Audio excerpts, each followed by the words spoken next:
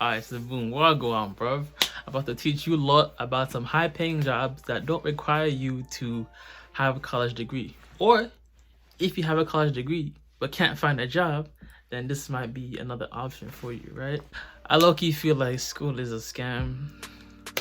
But then again, it's like, you can't, nothing in life is guaranteed. I just feel like the amount of cost and the debt people go into to actually get paying jobs is trash. So we got Ryan Scribner talking about the 5 highest paying jobs that you may want to pursue in 2020. I've always felt like, even my own personally, like going to university, I had an elitist type of mindset, right? Because think about, oh, I'm going to university and this person's going to college, or I'm going to, you know, the whole ranking stuff is all bullshit, bro.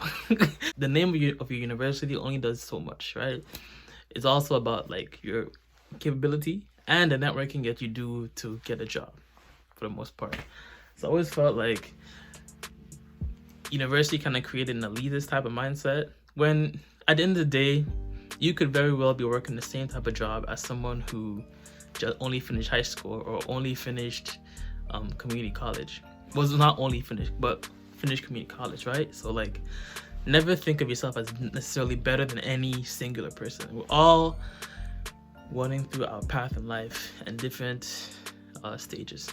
So let's get into it. 5 high-paying jobs with little to no college.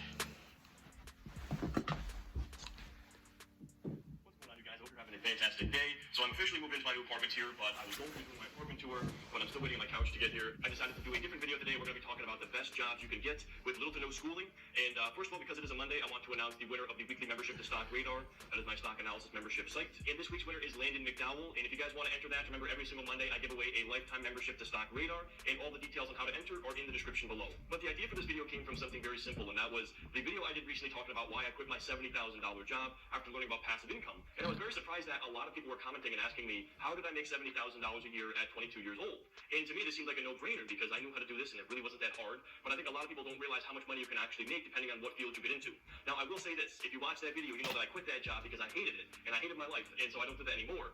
So don't think that you can just make a lot of money and it's going to make you happy. That's a complete fallacy. And don't fall into that trap of chasing the money rather than chasing your passion. But that being said, I do feel like it is very important to, like, when you do start making any type of income, that you don't get lost in the sauce of the money or the lost in the sauce of the income, right? Is it hard to be fresh if you don't have money, or can you still pull it off? See, when I ain't had no money, I still had sauce. See, if you don't got no sauce, then you're lost. But you can also get lost in the sauce. If you generally feel like you want to do something outside of the work, keep pursuing it after work hours, or especially on the weekends, like Saturday, Sunday. Dedicate that day, one of the 2 days, to go hard on your painting, your YouTube, whatever it is that fulfills you more. Like, use your job to fund your dream job or fund your actual passion. You know what I'm saying? you have no clue what you want to do, and you just want to make some money to save up some money to start a business, or you're just looking to have a good salary or a good wage, these are the 5 areas I would recommend going into. So my number 1 recommendation to you is to get involved with a trade. Now, this could be something like being an electrician, this could be carpentry, this could be using your hands and doing plumbing, this could be being a pipe fitter. No matter what it is, though, these trade jobs pay very well, especially if you're in a union. And the other beauty with this is that you can start off as an apprentice and have absolutely $0 of educational costs. So typically these apprentices are 5 years. I know I was looking at the IBEW, or International Brotherhood of Electrical Workers. I decided to get a 2-year degree in electrical construction, but before I did that, I was considering entering the electrical union. And if you do that, you start off at about $14 an hour, and you don't have any college at all that you're paying for. You just go to work, and you oftentimes are taking classes at night, but they're basically paying you to learn this trade, and 5 years down the road, you could have a wage of $40 an hour or more. So I know the IBEW, the electrical union I was looking at, topped out at about $40 per hour, and that's a salary of just over $83,000 per year with absolutely zero college. Now, it will take you about 5 years to get there, but the beauty of it is you're making money in each of those years as an apprentice. And again, like I said, you start off at about $14 per hour, and once you're making that $80,000 a year, you have absolutely $0 in student loans, and you can also transfer to different unions if you're in an actual electrical union. You can work anywhere in the country if you wanted to. Now, the second route is... It seems so far the trend so far, from what I assume, is like these are a lot of jobs that aren't as glamorous or aren't as pretty, right? So like a government job or any type of like desk job, they, for the most part, from what I can tell, my hunch is that a lot of these jobs won't be as glamorous or as, you know, you'll have that high prestige type of feel. But as long as it pays the bills and as long as it funds your actual desire or actual dream, you gotta do what you gotta do. You gotta pay your dues. We all gotta pay our dues. Actually what I did, and this is my educational background. So when I was in high school, I had no idea what I wanted to do with my life. I knew I enjoyed teaching people, but I had a bunch of people tell me that you can't be a teacher, you're not going to make any money. And unfortunately, I believed these people, and I made the decision to go off and get a degree in electrical construction. And this was solely based on the fact that I took an electronics class in high school, and I thought it was kind of interesting. So anyways, I went to community college. I got a degree in electrical construction and maintenance, and that degree cost me about $12,000. Now, I did have my grandfather help me out with that, so I didn't have to pay for that college, but I had about a $15,000 limit as far as my college went. Anything beyond that would be coming out of my pocket. So I spent about $12,000 on that degree. It took me 2 years to get that associate's degree, and then a week before I graduated, I actually got a job working for the local power utility. Now, I started off in the collections department, and so what I would do is I would go door to door, I would knock on people's door, and I would shut off their power if they wouldn't pay their bill. And it was a terrible job. It was one of the worst summers of my entire life, but anyways, it led to me getting a full-time position with that company. But my starting out wage there, my hourly rate as a collector was $27.20 per hour. And that ends up being a salary of about $56,000 per year. And do keep in mind that working for a utility, you do get a decent amount of overtime.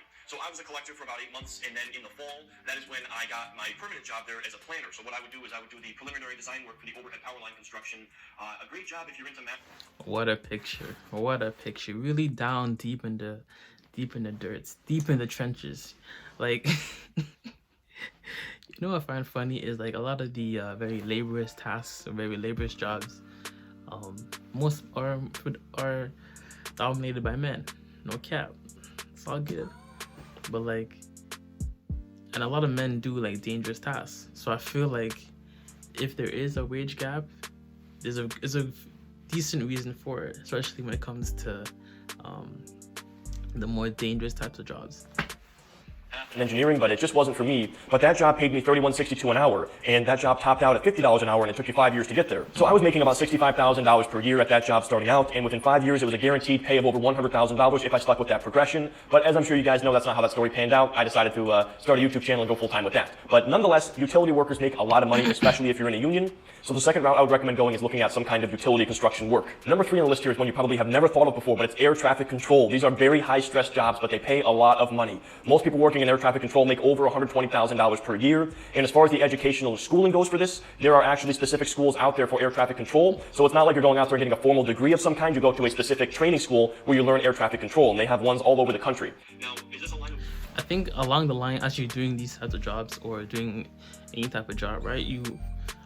A good like basic, like just in general, just anytime you make income, anytime you have income coming in, just put 10% of it straight up into your savings account so that you don't touch it. 10% real quick if you are making what, $5,000 a month, 10%, or is that $2,500 a week?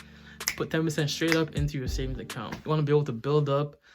Not only do you want an emergency fund just in case you have other expenses, but in case you do decide, or in case you are comfortable enough to actually do your own thing, like your own like music or YouTube, whatever it is, that you have a what's it called? Oh, hi. Wait a minute. Who are you?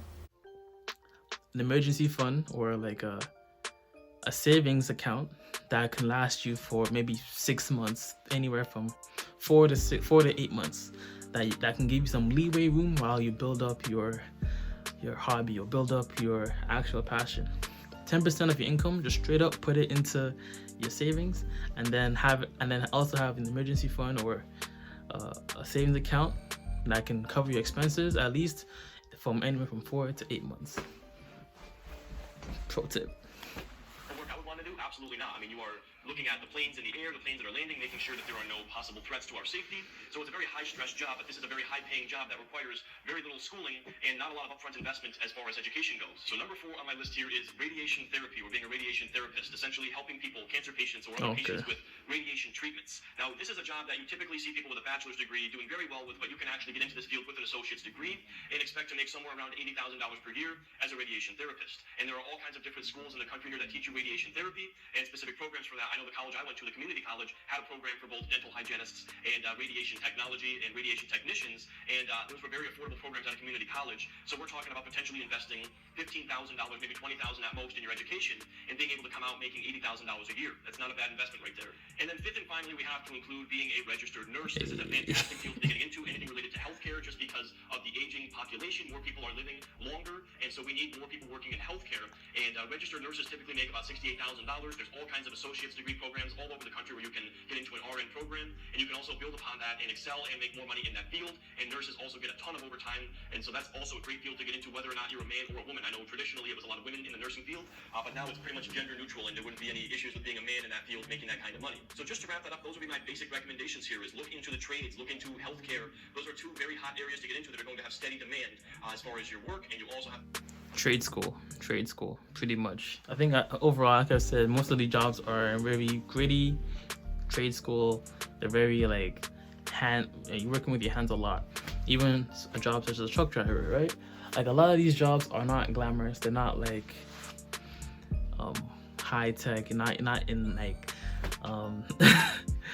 the valley. What's it called? The LA Valley or the whatever. It's not glamorous is what I'm trying to say, right? So if you can do some of these stuff, like parts, like just for a short period of time, 5 years or less, and have that and then build up enough savings to funnel your own hobby or your own passion, and then do something else with it. That's the goal, rather than studying history or studying. I'm not gonna. Well, you know what I mean, right? There's no like. There's no set progression when you study certain degrees. It's like, oh, I'm up in the air and I'm also in $40,000 worth of debt. You know what I'm saying?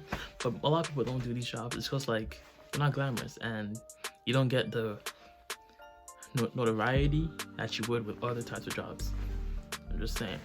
So I think it really comes down to focusing on yourself and really not giving a shit about what your parents think, what your neighbor thinks, your relatives think, and just putting your head down, doing dirty work or doing the less glamorous stuff so that you can eventually do something else, right? Because if you are able to build up, let's say you are able to save, I don't know, $80,000 or something, you can live off of that for a while you do something that may actually fulfill you. You know what I'm saying? Also have potential to work overtime and work more hours in those jobs. But again, the number one thing I have to stress here is don't do something unless you think you're going to enjoy it. Don't just do it for the money. Now, what I did is I worked my job and I knew I didn't like it. And so as a result, I lived as frugally as possible. I saved as much money as possible. That way I could do something different down the road. And so I saved up over $20,000 working at that job for 2 years. And then I made the decision to take that leap of faith and pursue entrepreneurship. And I'm very happy that I did that. But I would just say, make sure that before you make a major decision and get educational schooling and spend money on some kind of degree, make sure you're going to at least enjoy that line of work or have a plan down the road. But if you have no clue what you want to do and you don't want to be burdened with a ton of student debt and student loans, this is what I would recommend doing. Anyways, guys, that's going to wrap up this video. Thank you. So that's pretty much it, bro. Like, those are the 5 ideas. You know, funny enough, right? I'm not sure about y'all, but if you've ever bought in like one of those courses that's very like fluff, but it's not, you thought it was going to be dope, you thought it was going to be like life-changing, but it ended up being trash. That's how I feel like university is sometimes. A lot of this courses are just fluff, just filler courses for you to spend extra money. Like, why do I have to take so many electives before I take my requisites, prerequisites, stuff like that, right? So it's like, it is what it is. But I think when it really comes down to is having an honest conversation with yourself and your parents about the reality of whether or not you want to go into the X amount of debt to get a degree, that there's no set sequential like path to a job. You know what I'm saying? But yo, God bless, much love, peace, and joy, namaste. And always remember, if it doesn't feed you, do not water that shit. Whatever you're watching, whatever you're listening to, whatever you're eating, because too much of any good thing is good for nothing. Check out the description for other financial related videos, and I'll talk about addiction on the channel, so keep that as well. I from deuces. Kept to play, feel higher than a pilot. She my couldn't stay. I had to follow the dollar on my getaway. But when I'm back with my partners, we gotta ole, ole, yeah.